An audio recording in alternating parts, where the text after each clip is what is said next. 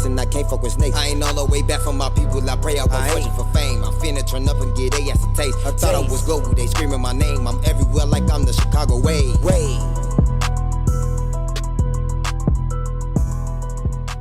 Okay, so first one. Amari Blake said she would want to meet Miley Cyrus, but she wouldn't do a song with her. See now, what you want to know if it's true or false? Yeah, is that true or false? I don't know. I would do a song with Miley Cyrus. Alright, that's false. She said she wants to meet her and do a song with her. Oh, okay. Alright, next one. Corporate always gets offended when people call him a comedian.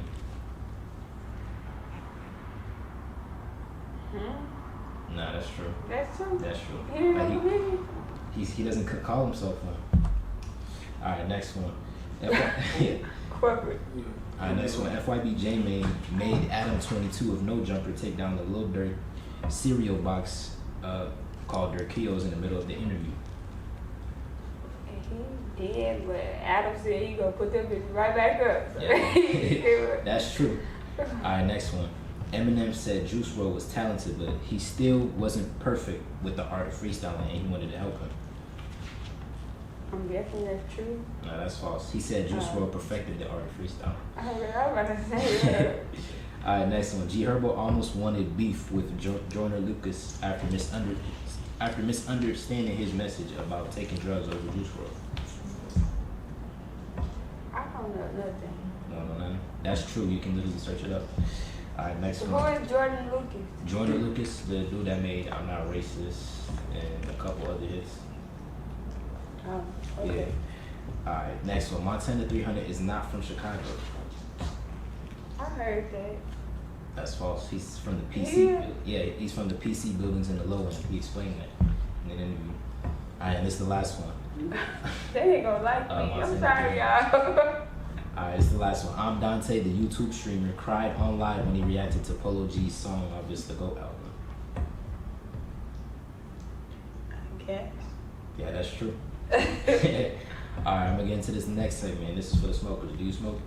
Sometimes. Okay. I'd rather drink wine. Alright, so I call this It Hit Different. So shout out to Jane Ming. So basically, I want you to tell a funny ass story that happened after you got high.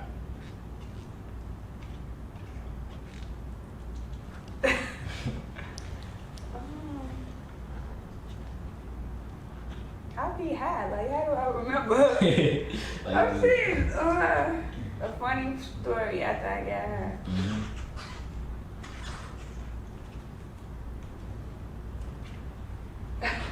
Somebody help me out. I'm doing an interview. I'll call right back. I don't know. We gonna skip that one. Go skip it? Okay. Yeah, that's I fair. don't, like, my whole life be funny as hell, and I'm just ignorant, so I be saying, and it just, yeah. Alright, so getting back to you. So I see that you're a mother, and you have a son, right? Mm-hmm. How old is he? 5. 5. So like, what's it like being a mother and having a music career at the same time? Ma, you got a show tonight? Well, where I'm going? But I done took him to a few of my shows and stuff. It's hard though. It's definitely hard because I'm in my baby life a lot. So it's like certain times where I really want to take him out and just chill with him, like it's an event or something that I have to do. Okay. But I kind of balance it out. Well, I balance it out. Like I do something with him during the day, tire him out, then take him to my dad or my mom or grandma or something. So it's hard, but I got a very supportive family, and that was like mainly the reason why I came back to Chicago, because I didn't have the support with him out there like I do here. Okay. So as far as Chicago, like, have you ever thought about like permanently moving? But yeah, I thought I was permanently going when I went to Atlanta, but I still had a lot of unfinished business in Chicago. Okay. So I was back here like every week, literally driving every week, because it's like I got a show, I got this, I can't miss this event. So it was like I'm going back and forth, and I couldn't really network and stuff in Atlanta like I was supposed to. Okay. So like, are you still going back and forth, or do you like live here now? No, I'm back in Chicago, but I'm thinking about moving to Vegas now. Okay, why Vegas? Because it's closer to LA and Phoenix, like everybody in those, like everybody that way right now, and I can't afford LA right now. Okay, okay. I'm glad you mentioned LA because like a lot of people go there like in hopes of making it big. So like, as far as like, you know, a record deal, have you ever like basically would you ever sign a record deal? Yeah, but I won't say. Well, I'm not quick to. Okay. I say that I do need some money though, so investors, distributors come my way. But I really feel like people jump into stuff head first and don't know what they doing. So I'd rather get to where I want to go and then sign a record deal. Makes sense. If that makes sense. So like you want some leverage, if that makes sense. Yeah, because Okay. I don't think I'm ugly. I could just walk in there and be like, oh, can you write me a song? Can you put the money behind this song? And it's just like, that's how a lot of stuff work nowadays. Like, it's not like how it used to be. But I really want to do what I've been doing. I just feel like now I just need a team. Need a team, okay. Mm-hmm. All right, so you recently had performed at Summer Smash. So how was that like for you? Actually, it was Famous Dex, my boyfriend, like they like super close. Okay. So we ended up getting in with him, and shout out DJ Skinny. He had played it like towards the end. It was a lot of people there. It was kind of scary, but I had my wine. It was cool.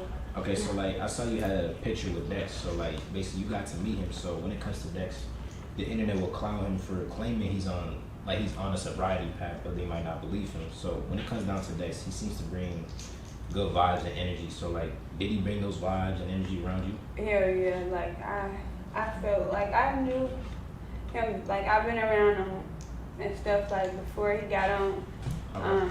But like I'm cool, but I'm really not the type to reach out and be like, oh, you remember me? And stuff like that. But when I seen him, like, it was definitely nothing but love. He like, sis, like, and he was hyper.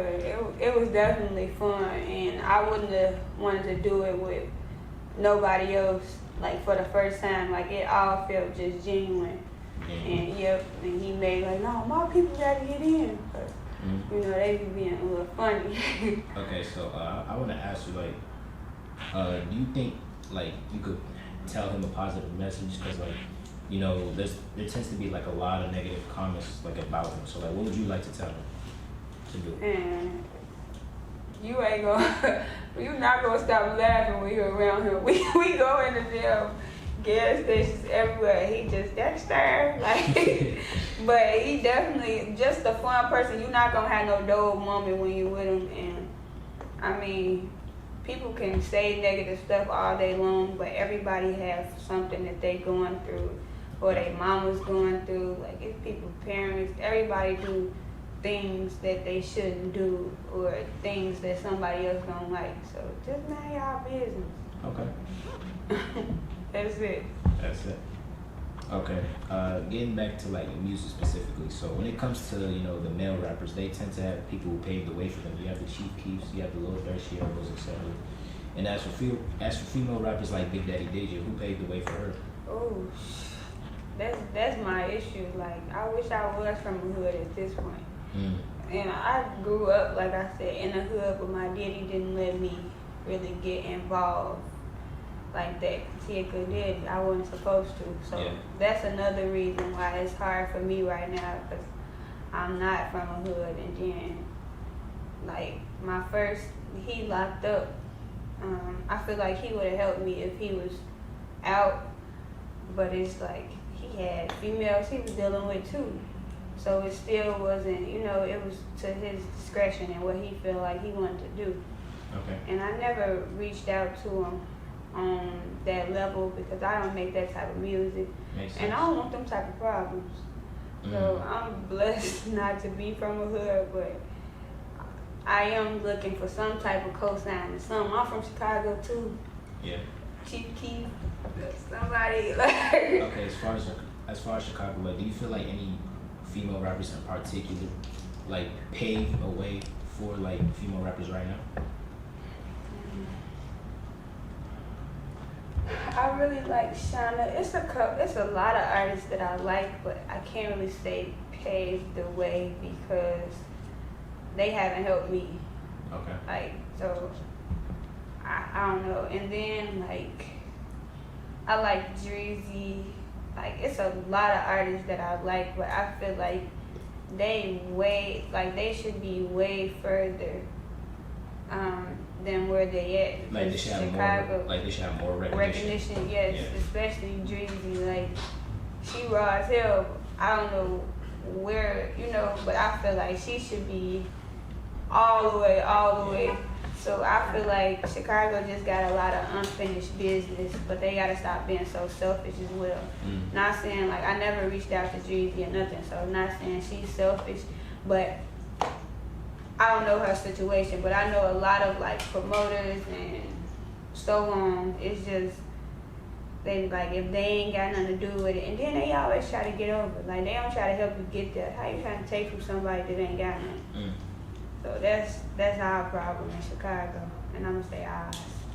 Okay, I'm glad you kind of like brought that up because it's kind of related to this segment. I call it the blackball theory. So I want to ask you, do you think blackballing is real?